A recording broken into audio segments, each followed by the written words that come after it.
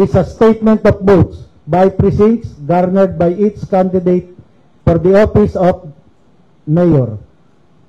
That after such canvass, it appears that Chanco John Ray, Partido Naboteño, garnered 120,283 votes for the office of mayor, the same being the highest number of votes legally cast for said office.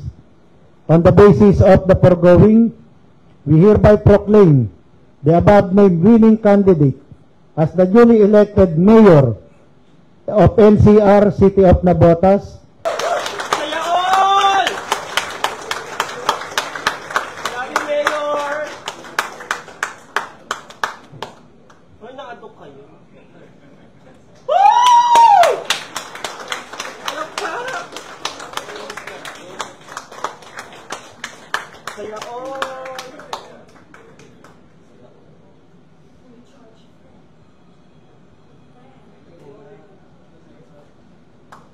Gusto ko lang pong magpasalamat siyempre sa lahat ng Naboteño sa suportang binibigay po ninyo. Hindi lang ngayong halalan, kundi pag nagsisilbi po tayo. Hindi natin magagawa po ito kung walang suporta dun sa mga programa po natin.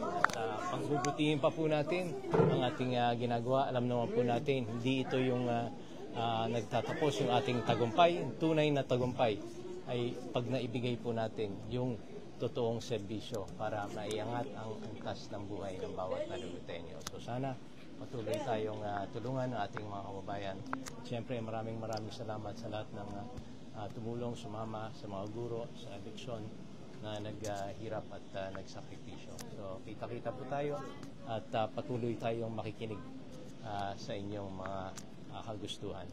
Maraming salamat po.